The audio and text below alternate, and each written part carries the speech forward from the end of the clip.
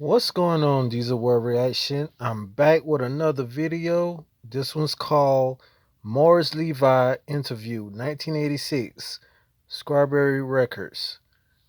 Um at one point in time there was a rumor out that the mafia has something to do with the music industry, and this is pretty much what this interview is about. So that being said, let's get into it. I'm gonna let the video do all the talking. Wrote the story earlier this year and updated it on nightly news last night. Involved organized crime, Sorry about the allegations of quality payroll, of the and the film. rock music industry. Correspondent Brian Ross joins us this morning. And with the federal authorities, a man that federal authorities is described as the godfather of the American music business. Welcome, Brian. Thank you, Pat, and good morning. At least 5 federal grand juries are investigating allegations of mafia involvement in the music business. And Tuesday, a grand jury in Newark, New Jersey, returned a 117-count indictment against 21 people, including Morris Levy, a powerful figure in the music business who owns record companies and record stores. Mr. Levy joins us this morning from Boston, where just 24 hours ago, he was arrested by the FBI. Good morning, Mr. Levy. Good morning, Mr. Ross. Mr. Levy, federal authorities were describing you yesterday as the godfather of the American music business, the connection between the mob and the music business. What do you say to that? There is no connection between the mob and the music business. At all?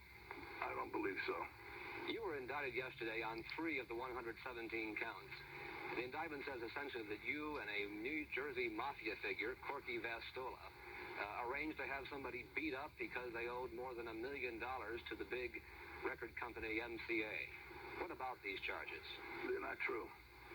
They wouldn't have been filed yesterday if I had joined the witness protection program. Well, what do you mean by that now? Well, the story from the beginning, about 2 months ago, my controller, who's worked for me for 30 years, a very mild, meek person, was grabbed in the streets of New York when he left work and taken to the Essex House Hotel by an FBI agent and a policeman, held there for 4 hours, told he was going to get killed and he must turn into the witness protection program. Mr. Levy, were you also told by the FBI that you were going to be killed by the mob? Yes. Did they ask you to join the witness protection program? Yes. What did you say? I said I wouldn't join the witness protection program. Why not? 2 reasons. One is I don't believe in the entire thing as being constitutional, and the other one is there's nothing I could tell them about a mob, and the third is there's nothing I could do. I just wouldn't join. I don't believe it's right. I don't believe that people should be paid to testify and given. I don't believe in the whole program. I don't think it's constitutional. Mr. Levy, what about the charges that were named in the indictment yesterday? They're ludicrous. Actually, if I joined the program, there would have been no charges. The 3 charges, from what I understand, I haven't seen the indictment, is one that I charge usurious interest rates, which is a complete lie. They say you loan money out at rates of about 104%. That is a complete lie. That is a complete lie, and I've never loaned anybody any money at any rates near that. And as a matter of fact, if I lend money to friends and people, I don't even charge interest. Mr. Levy, let me ask you this. The indictment says essentially that you were involved in trying to collect about $1 million for MCA Records, that you and a New Jersey mafia figure by the name of Corky Vastola were doing that together and had someone beat up. That's distorted and not true. Was someone beat up, do you know? I heard he was, but I haven't seen it. Were you responsible in any way for that? No, sir. Why were you collecting the money on behalf of MCA? What was your deal? I wasn't collecting. That's not true either.